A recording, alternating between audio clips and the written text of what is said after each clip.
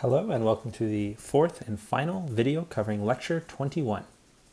In this final part of the lecture videos for this lecture, we're going to cover examples that pertain to the consequences of special relativity, namely time dilation and length contraction.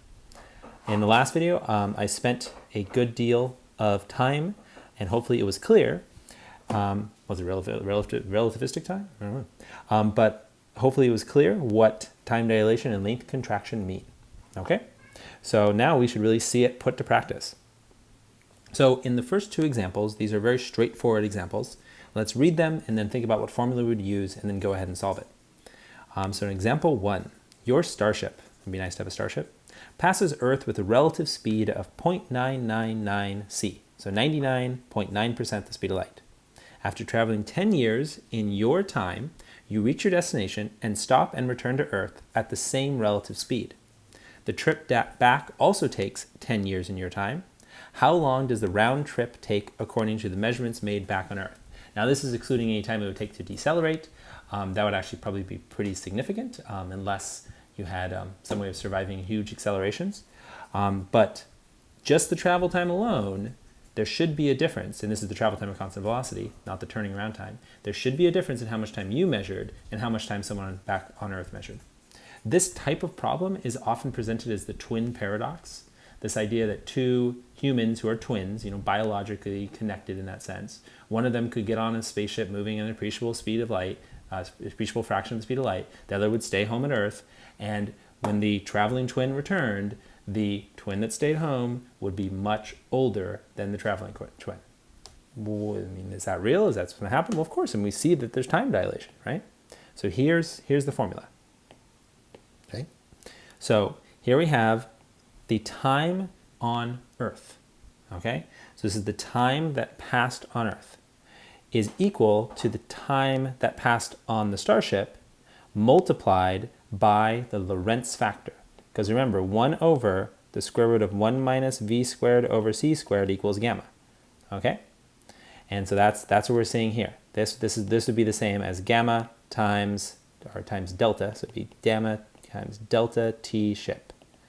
Okay? Now that's then assuming that the delta t starship is what type of time? Well, there it is. It's the proper time. Okay? Why would the proper time be the time of the person that was moving? Why is that? Well, because for the person that was moving, for them, the clock that measured their moving time was at rest relative to them. Okay? So the events of whatever timepiece they were using, the events that measured time for them would have been in the same location in their reference frame. Whereas the Earth reference frame, each event, so even if you think of clicking of the hands of a clock, each clicking hand of the clock would occur at a different location relative to Earth, because the starship would have moved by the time the hand of the clock moved. So that definitely can't be the proper time. So the proper time must be the time measured by the starship. Okay? So there it is. So then it's just a matter of calculating it. Okay, so we put in the 20 years for the starship traveler at the proper time, multiplied by the Lorentz factor, which again here is just 1 over the square root of 1 minus 0.999 squared, and we get 447 years. Now this is a dramatic case. This is 99.9% the speed of light. If they were maybe going only 99% the speed of light, well, since it's proportional, to the square, the difference, 1 minus the square within the square root, it's a very nonlinear function. So you wouldn't expect it to be, it'd be very different even if they were just going a slight fraction slower. But here it's incredibly dramatic. I mean, that's not just the twin getting home and having the twin that stayed, the traveling twin getting home and having the twin that stayed home be older, like an old woman versus a middle-aged person. Instead, this is like many generations would have gone by the time the traveler got back. All right? It's kind of like it's like the premise for Planet of the Apes. All right? Have you ever seen the original Planet of the Apes movie? That's the idea, right? It was relativistic travel. So when they get back to Earth, they don't realize that hundreds of years has passed. Okay? And you can throw some stasis in there as well. But the idea, still the underlying premise was relativistic travel. Okay? All right, so let's move right along to the second example, also meant to be a straightforward kind of single line calculation. So particle accelerators used in physics research are sometimes built in straight lines. One such imaginary accelerator built in the flatlands of Utah has a length of 12 kilometers.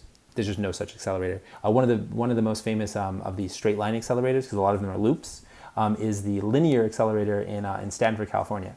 So that's just a straight line accelerator. Whereas CERN is a big loop, the one in Switzerland and France. But anyway, so this one's 12 kilometers long. It's used to make measurements made by scientists. Yeah, like, particle physics. A neutrino, which is a type of particle, something we'll talk about in a couple weeks, is tracked through the accelerator moving from one end to the other at a speed of 1 millimeter per second less than c. Okay, so this neutrino is moving 1 millimeter per second less than c. How long is the accelerator in the frame of the neutrino? So I brought this up because, first of all, this is kind of, if you look at, neutrinos, then that's kind of the estimate of how fast they're going. There's a lot of difficulty in studying exactly how fast neutrinos do go. So if you think about it, then this is the speed of light. So the 1 millimeter difference would be right here on the 7. Okay, so instead of it being a 7, it'd be a 6. Okay, so that's the usefulness of having such a precise value for the speed of light. Okay, so let's take a look at the process of solving this one. Okay, so L naught is 12 kilometers. That is its proper length. Okay, that would be the length measured in the reference frame where the accelerator track tube is at rest. Okay, so what reference frame is that? Well, that would be the rest reference frame. Okay, so then if we want, so we set this up, okay, and so we have, okay, so what am I, let's see, let's take a look at this next step. Oh, right, I see. So I did a bad, I was like, wait, it's not equal to that. Well, of course not. Okay, so here we have, okay, so take a look at this equation right here. So this is saying that the contracted length is equal to the proper length times this square root. Now remember, multiplying by the square root is actually dividing by gamma. And this is always kind of good to remember, and it takes some getting used to. But remember, again, gamma is 1 over the square root.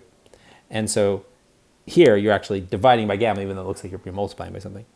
Okay, and so then we take the proper length measured in the rest reference frame, and then we're going to put the speed of the neutrino. Okay, and that's a u. So because that's the velocity of the moving reference frame. That's the velocity of the neutrino's reference frame, which is also just the velocity of the neutrino. But it's good to be kind of technical with our definitions. And then here we have just the ultimate speed limit of the universe, the speed of light.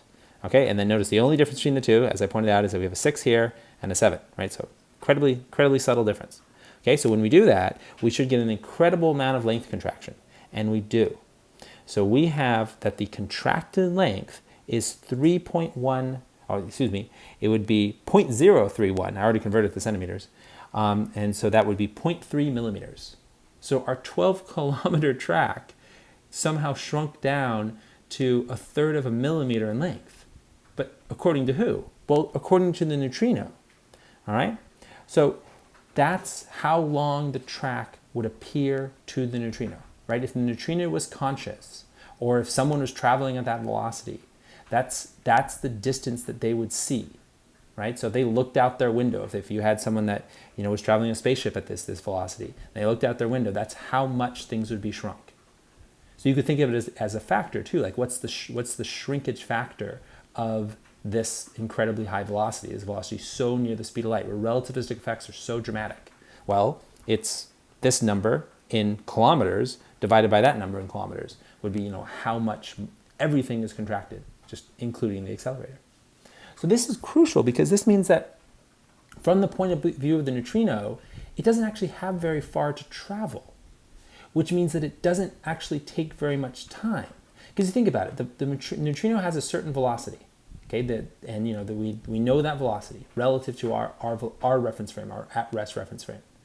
And so in order to get time dilation, in order to get the fact that much less time should be passing for the neutrino, we can kind of see that comes from length contraction, right? And I said this before, that length contraction and time dilation are the same, two sides of the same coin.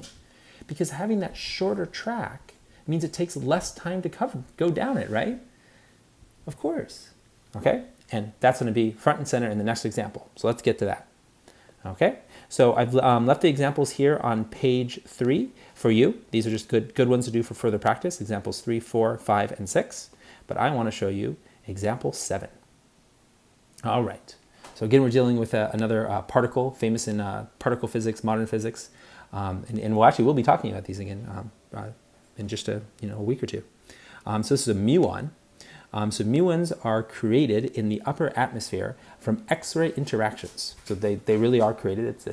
They have the important consequences, and they're often used to prove relativity. All right, especially in a learning lab. So these particles are created at a height of 10 kilometers. So we're kind of taking that as an upper atmosphere height. Okay, and travel with a speed of 0.98 c. So slower than the neutrino, but still fast. In fact, that's the slowest velocity we've seen so far. The muons have a rest half-life of 1.56 times 10 to the negative 6, and that would be seconds. All right, so here, let me put the units in there. All right, so that's how much time it takes for half the population to decay. And what do they decay into? Well, they decay into other particles. And they might to decay into photons, but the point is that they're not going to be muons. Okay, and we'll certainly talk more about half-lives later on, but maybe something you've seen in another class. And the important thing is it's just going to be a tool for us to answer the problem or to follow the problem. Okay, so using this formula here, okay, and again, I didn't ask you to derive this formula because it's something we'll be talking about later. But here I'm just going to give it to you as something to use. And it tells us that P over P naught equals 2 to the power of negative number of half-lives. Okay, so what is P and P naught? Okay, well, P is the initial population, so P is the final population, and P naught is the initial population, of course. So P stands for population, okay? And then this part probably makes sense, right? It's just 2 raised to the power of negative number of half-lives. So then, for example, if I wanted to find the population after 1 half-life, I would then multiply both sides by the initial population. So then I'd have P equals P naught times 2 to the negative 1. Oh, well, that makes sense because 2 to the negative 1 is literally just 1 over 2. So then I just have P naught divided by 2. Oh, well, that makes sense because I got half the population after 1 half-life. Oh, okay. So formula makes sense, okay? All right. And we're told here that we have P to the 10 to the 6 as the number of muons that are left without considering relativity. Okay, so that's how many we should expect to be left. Okay, and again, and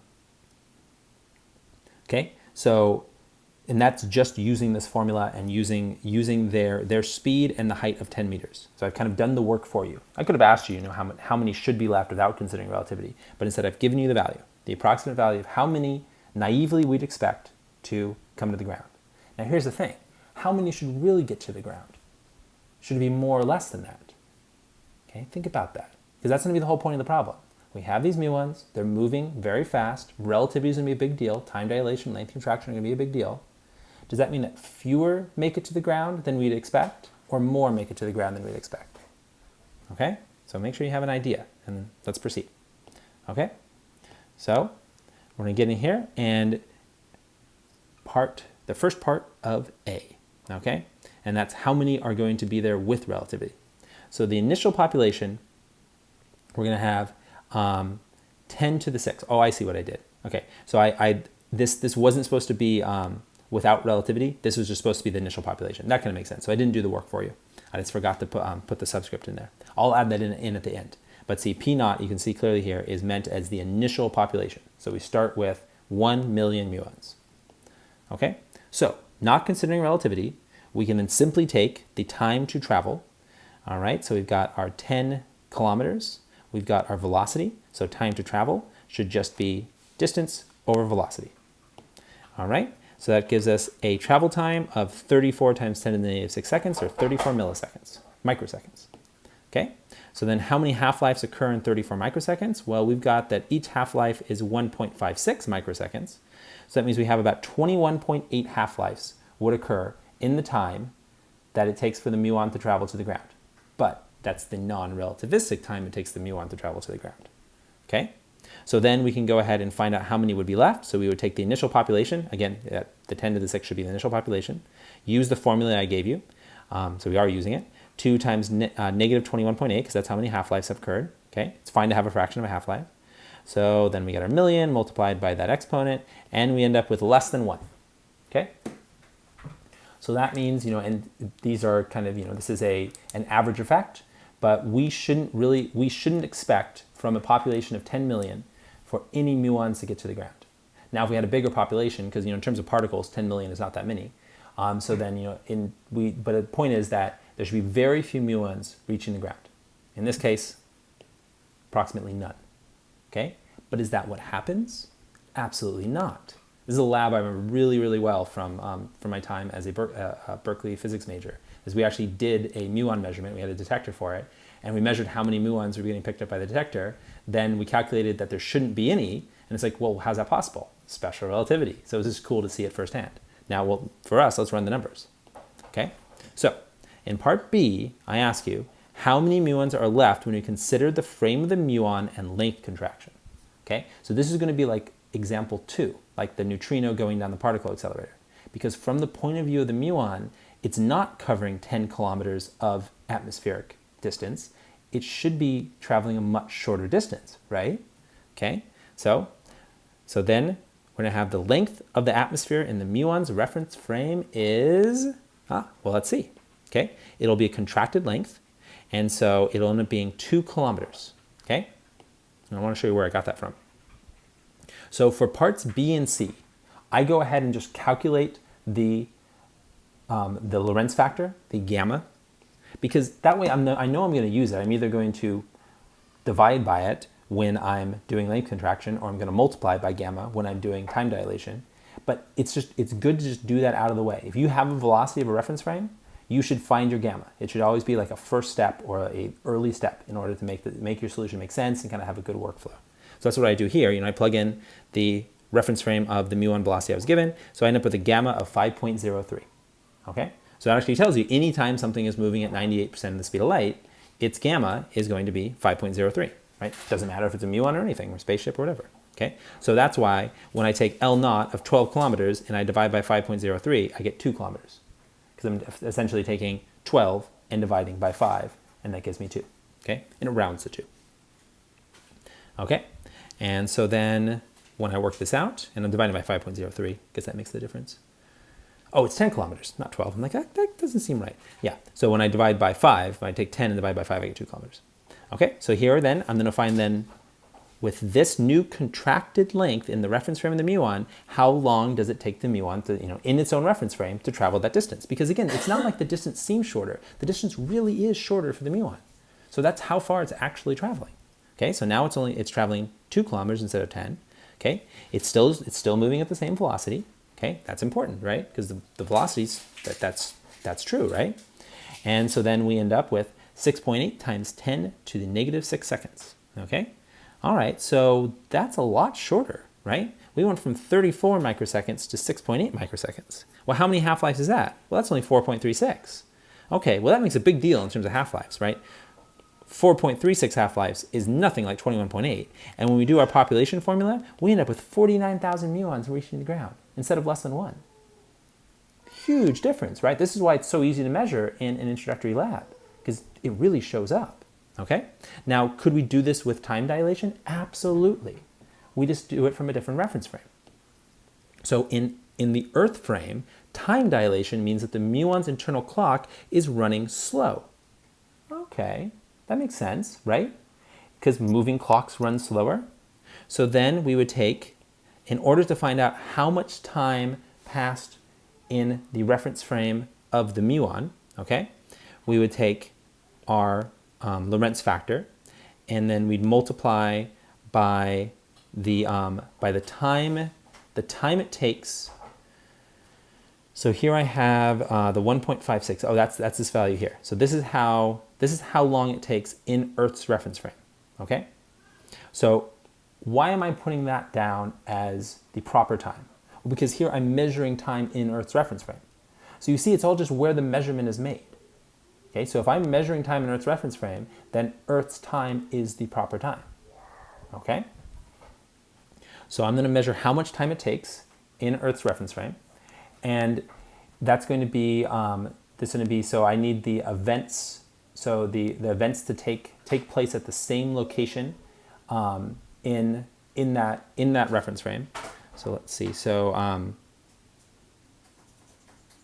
yeah, and so it's going to be the measurement in Earth's reference frame. And so that gives us 7.8 microseconds. Okay, and then we have the 34 microseconds as in part A. So the number of half-lives, let's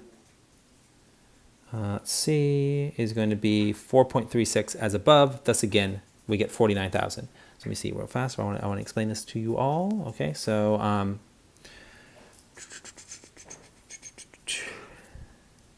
okay, 34 microseconds.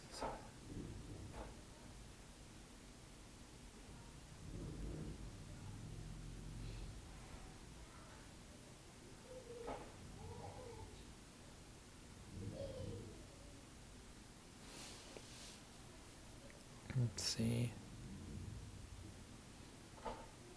I think what I do here is I take the 34 microseconds and divide it by the 7.8. Let's make sure that's what's going on.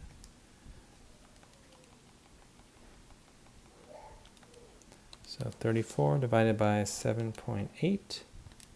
Yeah, so So I'm taking the time, so basically the dilated time, and comparing that to the undilated time, and then my factor is 4.36.